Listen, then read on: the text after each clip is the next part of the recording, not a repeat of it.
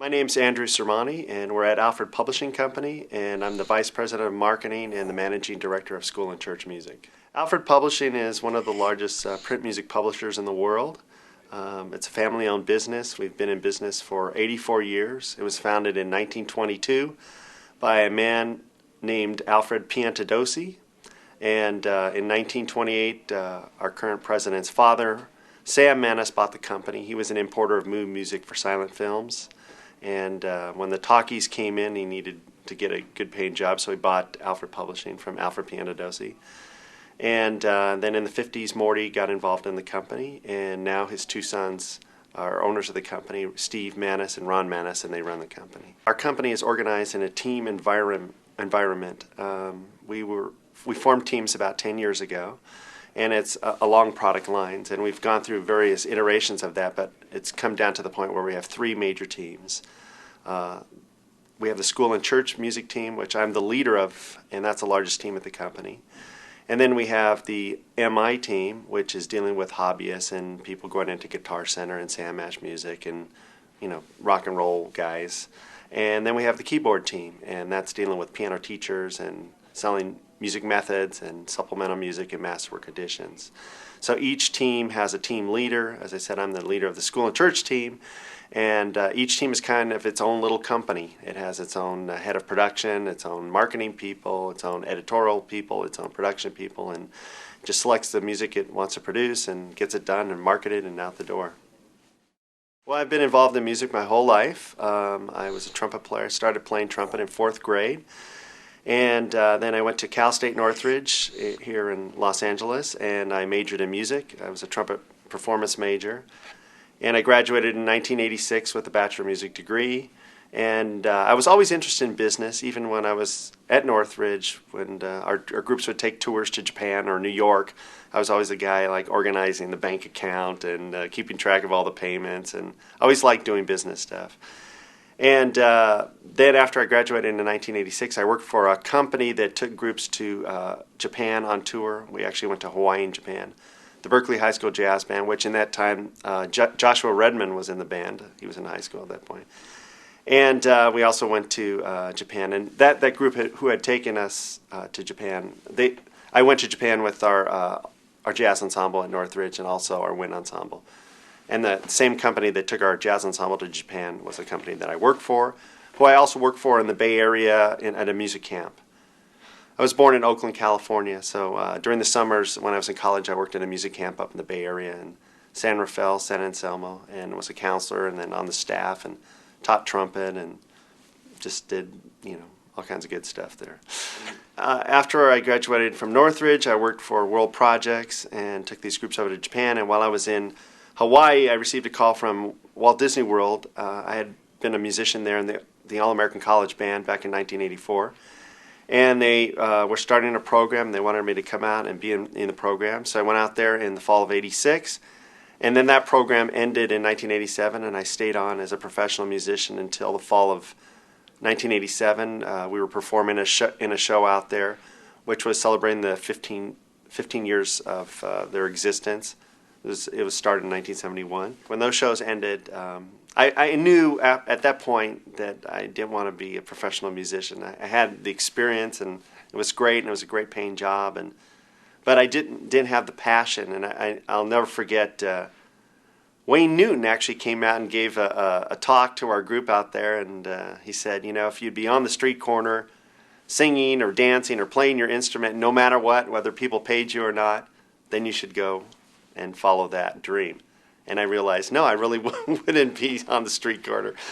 So I went to the University of Central Florida and I started doing some research, and that's when I decided that I wanted to get my MBA and I wanted to come back to LA. And I was researching programs, but once you start working and you start getting paid, it's hard to stop and go back to school. I liked getting paid. I liked earning money. So I wanted to go to a school where I can still work and have a job and then do it part-time. So when I was out there, I wrote to Joel Leach at Cal State Northridge, who was my jazz band instructor, and I told him, what I was doing and what I was thinking about. And he said, well, he knows a company here in the San Fernando Valley that he is working with. He had a publishing catalog called Studio 4 Music, a percussion catalog, and Alfred was the distributor of that catalog. So when I came out here and started to do research to see what programs I wanted to be involved in, Joel Leach hooked me up with the people here at Alfred, and they had a job opening. It was at the end of 1987, and I did the interview, and I went away for the holiday, and I got offered the job. And when we came back after the Christmas holiday in 1988, I started on January 4th, 1988. So I stayed down here, even though I was born in Oakland, California, and grew up and went to school there. I pretty much stayed in this area. I still have family up in the Bay Area, but this is my home now. You know, having the education gave me the firm foundation, and just, you know, first of all, understand the structure of music and music history, and being a performer and doing concerts and traveling and you know, doing the analysis. And then also I got a, you know, general education as well, and took business classes and all cross-curricular activities. So it's really important to get that degree to have a basic solid foundation. And then from that point on, when I did my MBA, which I also did at Northridge, I got that specific skill, which was, you know, the marketing, the finance, the statistics, the management, all the specific, you know, training that actually helped me so much in my job. And it was actually great to go to school while working at the same time, because I can immediately apply it to, you know, my job. And the great thing about Northridge is I was going to school with people who had jobs, and really good jobs, and they worked in a lot of different industries like aerospace and you know, many different things. And it was great to just share ideas. So I wasn't going to school with a bunch of kids who were just like getting a degree, not being able to apply it to the real world. I was there with people in the real world, and they just wanted to improve their technical, their business chops. So that was a great experience, and it really helped me on my job, and I think I was able to bring a lot to the company with that. So yeah, my education in music was very valuable, and then my education in business was really important as well. Well, music education, I mean, you know, a C scale has been a C scale for 400 years. You know, there's not much has changed in terms of, you know, music, but music education has changed quite a bit.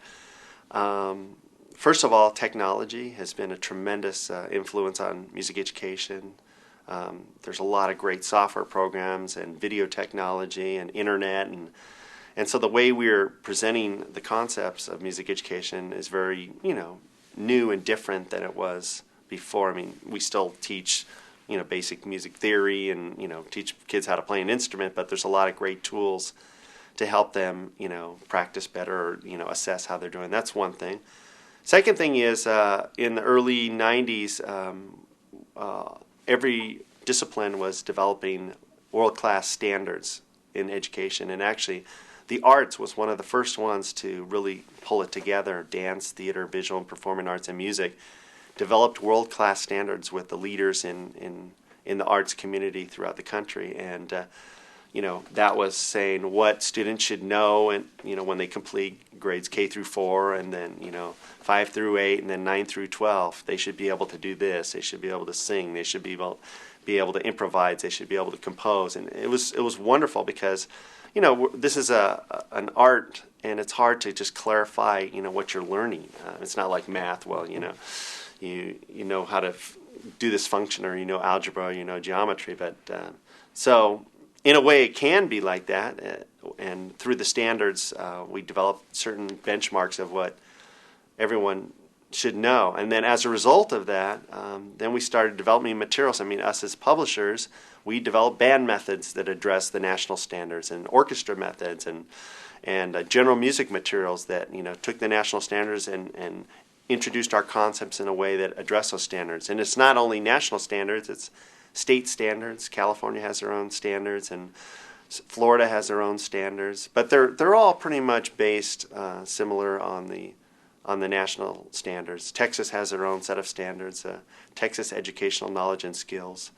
So that was another major change, and that had a tremendous influence. And then, you know, with No Child Left Behind, that's a big issue, and we got to test, and it's always hard to test in an art, but we have, through the national standards and through the materials, developed a lot of great assessment tools. So we can say, well, we gave that person a B in band, and this is why we did, because, you know, they did this program, and we notated how many they got wrong, and it's, you know, it's all assessed through their band method or through their performance music or whatever.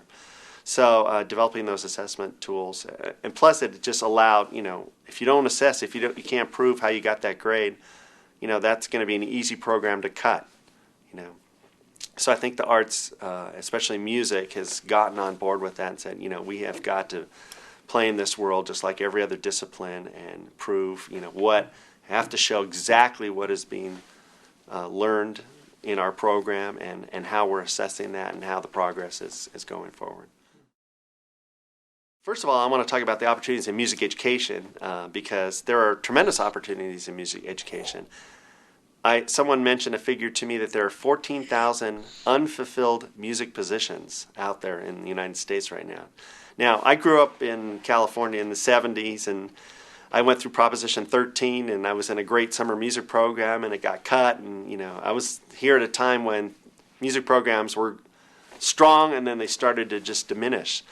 But through the efforts of the National Coalition on Music Education and the national standards and, this incredible music and brain research and wonderful publicity led by our trade organization, NAM, and these organizations, we've, gotten music to be recognized as just as important as math and science.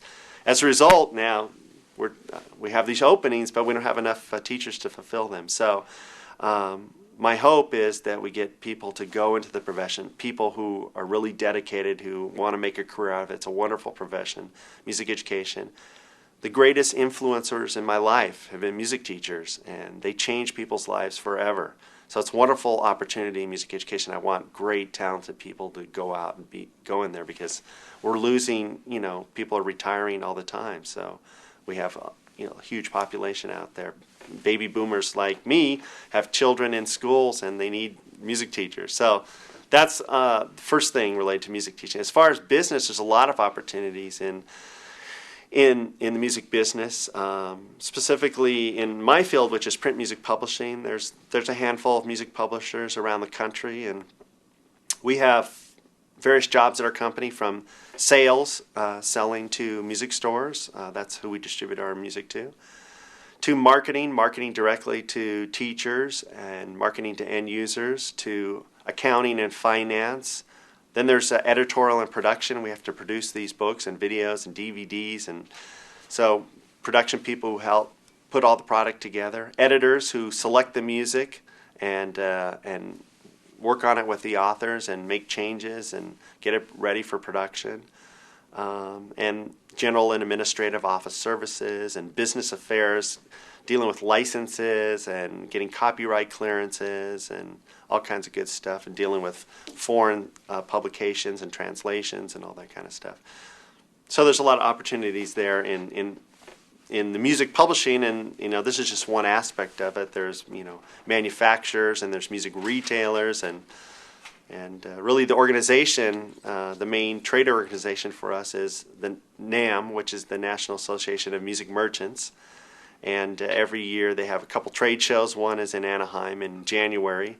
And the exhibitors are people like us, manufacturers or publishers, and the customers are the music retailers, the buyers at the music stores coming to see the new print music product, the new instruments, the new music products, that are out there, $7 billion industry. Well, a lot of our people have come from music retail. When you think about it, in a music store, that's where all the products that we're producing, all of our manufacturers and publishers, we're selling all our products into your local music store. It could be a Guitar Center, a big store, or it could be a small mom and pop store all over the country. And when you're working in a retail store, you're familiar with the kinds of products that are coming through. There's also specialty print music dealers out there, like a Stanton's Music in Columbus, Ohio, where they're carrying music of all publishers. And if you're working as a person in a store, you're becoming familiar with all the materials that are published by all the publishers. So a lot of our people, especially in the sales department, our most valuable referral comes from a music store, because, especially a print music store, because they know our product because they sold it, plus they know our competitor's product. As far as editorial, you have to have really high music skills. So our people are all musically trained bachelors and masters, and they've been teachers as well. The best editors are those who have actually been out there teaching the materials as well. So they're the super musicians out there that select the right music. Our string editor, he taught for 25 years, so he knows exactly the kind of material. So he's a great musician, plus he knows what's going to fit that junior high orchestra. And so that's the editorial side. The production side, it's also having music skills and being able to edit manuscripts. And when you're reading text, you have to have good English skills. Is this sentence written correctly? Are there any typos? And so you have to be a good editor if you're working in the production department. In marketing, some people in our marketing department have music backgrounds, some don't. Most of them do, but it's just the ability to take the products and show the customers that with the needs that they have, your products are going to fulfill those needs. And I love that, because that's what I do. And sending out promotions and CDs and email and website and ads, and trying to just make sure customers are aware of your product, and we know that they know that we have what they're looking for. Well, the process is to send it into a publishing company that publishes material similar to what you've written. For example, if you wrote a band arrangement, you're not going to send that into a church choral publisher. You're going to send it to another company that sells band arrangements similar to what you do. So make sure you're sending it to the company that produces similar products, because otherwise they have no need for that. So say I'm doing a band arrangement, and I see that Alfred Publishing has similar band arrangements, and so I'm going to send it directly to Alfred. And you should send it certified so you have a record of when you sent it, and also if you have a recording, that's good as well. So send it into the editorial committee, and it'll get passed out to the appropriate editor. And I must say that it's very difficult to have unsolicited manuscripts published. Some parts of our company aren't even accepting unsolicited manuscripts because they have so many writers in that particular area that they can't even publish all the stuff from their known writers that sell a lot. So it's very difficult. In my area, I'm open to anything, but we do have regular choral writers and regular band writers and orchestra writers, and we have enough material coming from them, so we're not really looking for new material. However, some of our greatest writers that we have now started from an unsolicited manuscript, like Mark Williams in the band side. He sent in an unsolicited manuscript, and now he's one of our top band composers. So it's not impossible, but it's very difficult. So you shouldn't be discouraged if one publishing company that you're interested in being published with turns you down. Go to another one. We always need to look out for that new great writer. So we're always open and to look at new material. We get a lot of unsolicited manuscripts. It's just part of our process. But it's difficult, but it's not out of the question. So send it in. You never know what's going to happen. Music publishing is quite broad. I should start from the point of the actual publishing is owning the copyrights. We have major publishers, like the company that we work with is Warner Chappell Music, which is here in Santa Monica. I mean, they're the ones that actually own a lot of the copyrights that we license. We own a lot of our own copyrights as well. So there's, the publishing companies that actually get those songs, used in movies and performed on record albums and performed in public and used in print music. There's that part of the publishing. We're involved in the print music publishing. We're creating printed music products and instructional DVDs and piano vocal folios, from original compositions as well as, copyrighted songs that we don't own, but we just have the rights to print. Like we have a long-term license agreement with Warner Chappell to do Warner Chappell-owned pieces in our printed music. So they're a regular, EMI publishing company or Warner Chappell or several companies that own copyrights, and then there's print music publishers like us that take those copyrights and turn them into printed music and use the songs in our method books and our song books, etc. So, there's always opportunity. We always have openings. In fact, I think there's a place on our website where you can look for job opportunities at our company. We have a HRVP that post job openings. So I mean, across the board, openings in sales or production or marketing. There's just, natural turnover. People leave, people move on. We have a guy who's leaving to go back to law school back east, and so there's tends to be always openings. Now that we're getting a much bigger company than when we were before, there's always an opening in some department. So once again, you have to find out which area you're interested in. You can't just say, I just want to work for a publishing company. Well, what do you want to do? Do you want to sell? Do you want to do marketing? Do you want to do editorial? Do you want to do production? Do you want to do business affairs? What part of music publishing are you really interested in? There's many aspects of it. Being active in the professional association is very important. I mentioned the National Association of Music Merchants, or NAM. There's just wonderful opportunities through NAM. There's NAM University. There's the trade show where we have exhibitors, but on top of the exhibits at the trade show, there's seminars and conferences on how to run your sheet music department at a music store, or how to deal with certain aspects of the business. So it's a tremendous learning opportunity. NAM is one association that we have. We also have the Retail Print Music Dealers Association, which is music stores that sell print music. And then there's the National Association of School Music Dealers, those dealers that sell school instruments and school supplies. There are a lot of organizations in our industry, and it's just a great some of them do magazines and publications and websites and newsletters, and it's just vital to be a member of that, to not only learn about aspects of the business, but to network with other people. You meet somebody in that organization, and then you work out a plan. Like we did at one point the Yamaha band student, because we knew the people from Yamaha, and so we did a band method with their instruments, and we worked together on a project. So great things can come out of being in the organization, these associations, because networking is a critical part of our business. Music technology is a very exciting front and development in music education. I can't think of a better time than right now. We actually have an organization called the TIME, which is called Technology in Music Education, and they present conferences throughout the year, and also training sessions for music teachers on dealing with technology.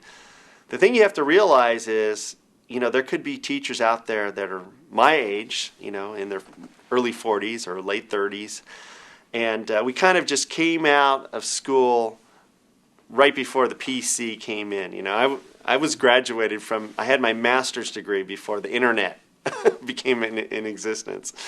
But our kids, and the kids in school now, they are so comfortable with it. I have two young boys. They have no problem sitting down at the computer, going on the internet, playing software programs, doing video games. There's no problem at all. And so we have to address that, because they love that. That's a connection. They love to play with computers and software and technology. And if we don't incorporate that into our teaching, we're history. They're going to be bored. They're going to drop out of our program, and they're going to go do something else. So it's absolutely essential that people who are going to be teaching music get up to speed completely on the best technology. And those teachers that do, there's a waiting list to get into those programs. There's a program over here in the Valley where they've got Mac computers, they've got keyboards, they've got incredible equipment. They're editing, adding music to films. They're just doing all kinds of incredible stuff. Their students are being hired by the movie industry. There's just tremendous opportunity. So in all aspects of music technology, you've got, like I said, engraving programs like Sibelius, Finale. There's others, so you can do the music electronically. There's sequencing programs to do recordings. I mean, you used to have to go to studios and spend thousands of dollars, when in fact now you can do this all in your garage with the right computer and software and microphone and sequencing. And there's computer-assisted instruction, and there's digital audio and tons of internet tools, and it's changed tremendously, and And we've had to address that ourselves. We've had to provide software programs that correlate with our methods. We've had to, now it's just a given. Most books go out with a book and a CD. There's an audio CD that goes along with it, and sometimes the CD is an enhanced CD where they can play it in their computer and just get that song and speed it up or slow it down, or if it's piano, turn out the left hand or turn out the right hand, or just having the accompaniment. And we've had to incorporate technology into all our materials and have internet components and download this file from the website or whatever. It's exciting, and we have had to partner with other companies. We're developing materials for computer labs. We have all kinds of software and video out there for our products. So it's a new, exciting frontier. I think it's helping our business a lot, and everyone needs to just jump in and just not be afraid, because it's not like the old DOS days where you have to type C colon. There's a lot of great programs, and they're very easy to use. You just have to sit down and just jump in and do it. And if you do that as a teacher, you're really valuable. And from our standpoint, we have to know what teachers want and what they're using, because we have to develop the right material. So we have to be on the cutting edge of that and using iPods and all that kind of stuff. Biggest thing that you want to do if you're going to set up a private teaching practice is talk to the local music teachers. Go to the middle school and talk to that teacher, because that middle school director or elementary school or high school, they're directing a band or a choir or orchestra, and those students want to take private lessons. So you need to let the music teachers know, hey, I'm available. You got any trumpet students? If I could do that tomorrow. I can get 30 trumpet students tomorrow if I wanted to. Just make a few calls to the local music teacher and let them know I'm available. Give them my resume, give them my background, because the music teacher doesn't want to recommend somebody, because it's going to come back on them if that's a bad teacher. So it's good if you know the teacher and they know your background, but you want to get your resume and background information to those teachers and then let them know you're available. That's one way. Another way is to let the local music store know. You can either go and teach lessons at the local music store. Some of the stores here, like Baxter Northrop, has private lessons in the store. They're on Ventura Boulevard. Or some of them don't have lessons in their stores, but they want to have a referral of music teachers, because the people are going to be coming into their stores. They're going to want to take private lessons. That's one way. Another way is to run an ad in a local newspaper. We have a publication where I live called The Acorn. There's several small little ads, really cheap, in there where you can advertise guitar lessons, piano lessons, whatever. So it's pretty easy to go about, building up a private teaching studio and just get the word out where the students are, which are at schools and at music stores.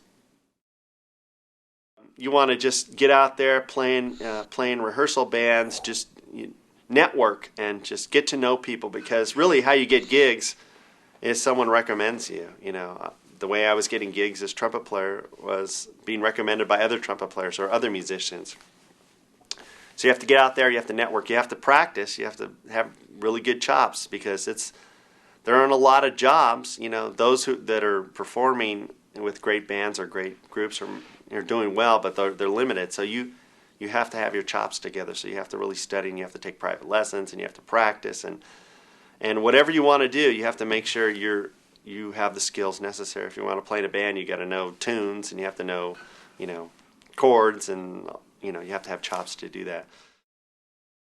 As far as music educators, you have to have a good background, not only in music as being a performer or whatever, but you have to have a good background in methods on how to teach. Just because you're because I play trumpet doesn't mean I can teach. That's a whole different skill. How do you explain? I mean, I can pick up my trumpet, I can play a really high note, but how do I explain it to that fourth grader?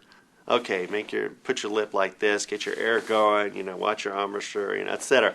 You have to be able to explain things. You have to be able to teach students. So you have to really make sure you go through music education training programs with colleges and get your teaching credential, meaning you can play, if I'm a trumpet player, I can play string instruments. Because, if I'm standing in front of a band and I'm a trumpet player, that's really no help at all. I got to know how to finger every note on the flute and the clarinet, and if that saxophone player is having trouble, okay, put the reed more in. I have to know a lot of stuff. So if you're going to go out and you're going to direct a band, you better know those instruments inside and out and all the challenges of them. If you're going to direct a choir, you have to know how to breathe, how to carry your tone, and you have to be ahead of the students, or else they will eat you alive.